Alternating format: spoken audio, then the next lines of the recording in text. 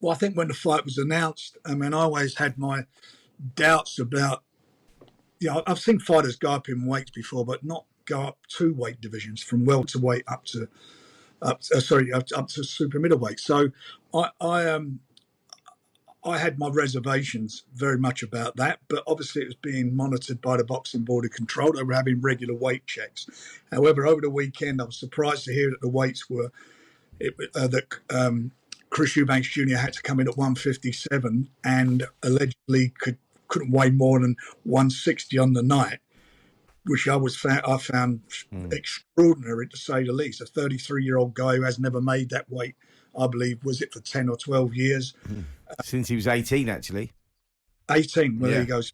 And 18, and how dehydrated he would be. And then when I see there was a photograph posted of him, and I mean, he looked so weight drained, it was untrue. So. Yeah. I mean, a lot of people are saying the industry might be somewhat out of control, Frank. Who controls the promoters? It's a decent question. Who controls you lot? Well, the Boxing Board of Control governs the sport in this country. But do they, Frank? We're still waiting to hear from them on the postponement of the fight and the background stories to it. Well, I mean, I can't speak on their behalf. All I know is that, they were obviously, it seems there's been a lot of legal stuff going on behind the scenes.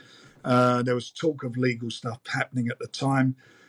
Was it last week? They were talking about challenging it legally and so forth. So I don't know where they are with that, but that could never, ever win. I don't care who you brought in, the best KC, as they call them these days, whoever you brought in, the end of the day, that case could never be won because that fight was never in the best interest of boxing. And that is a regulation the board have got.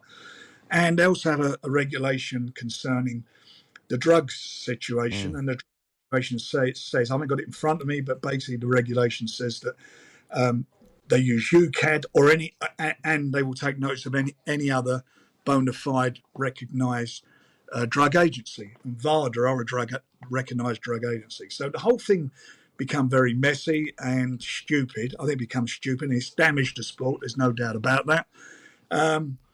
And we're still none the wiser, to be quite honest. I think exactly. The problem, Here's Spencer. Yeah, I think the problem we have with this, Frank, is it seems to be the cover-up behind it all. Like, since this positive test come to light, then people have sort of delved into it. They've gone through the layers, and you're going back and you're going, wow, this drug test that he failed with the VADA voluntary testing, he failed back in the end of August. That only come to light on September. They knew about it on September the 23rd, including the British Boxing Board of Control, but nothing was done until the 11th hour, till the final hour before that fight. So what were they going to allow that fight to go on and take place with what could have been serious consequences? I think what's happened here, Frank, is they seem to have put wealth before health in this situation, and that's not the way that it's meant to be.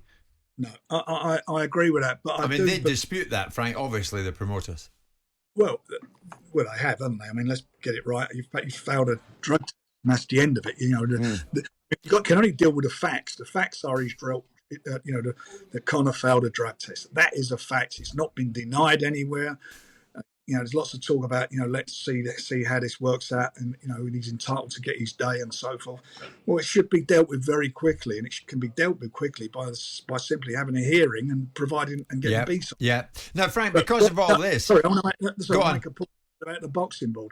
The Boxing Board in that period leading up to when they officially said it was you're taking the sanctioning away, there was a lot of legal stuff going on. I know that for a fact. There was a lot of legals going backwards and forwards and threats. And at the end of the day, I think the board said enough is enough and stepped in. Do you think, Frank, that if a newspaper hadn't have broken this story, that this fight would have gone on? No, I don't. I really don't. I think obviously a newspaper broke it, but people knew about it. And I don't see, and the Board of Control knew about it, and the Board of Control, under no circumstances, could have allowed this fight to happen. I really don't believe they would. Why the delay then, Frank, from the 23rd of September to the 5th of October until a newspaper article breaks it, with 48 hours to go, tickets being sold, subscriptions being taken up with a broadcaster, and a whole raft of things? Why would I know you can't speak for them. I'm not asking you to suggest that you should, but we can't get our head into the game of who runs this sport and how it's run and how this situation was allowed to develop Well, I think obviously I, like yourself, weren't privy to those conversations, but I'm quite sure when all parties were made aware on the 23rd of September. From then on, you can bet your life that there was, as I said earlier, there'd have been the backwards and forwards and so forth of the legals and so forth. The argument that was being presented by the promoters it was not a It was a technicality, wasn't it? Yeah, that technicality. Do you think, and this is a difficult question, but I'm going to ask it, do you think that the current incarnation with the legislative powers and the lack of government support enables the British Boxing Board of Control to do their job effectively? I think they struggle in some ways because one reason the VADA thing's not, didn't go, a boxer wasn't suspended is because they don't recognise VADA. And the reason they don't recognise VADA is because VADA do not have a disciplinary process. procedure. Yeah, no sanctioning process. Yeah. All they actually do is just report back what the results are, and based upon those results, the fights, a boxer's positive or not, and they rely on UCAD because UCAD actually do carry out the procedure. They do it on behalf of the board, and that's got to change because Yeah.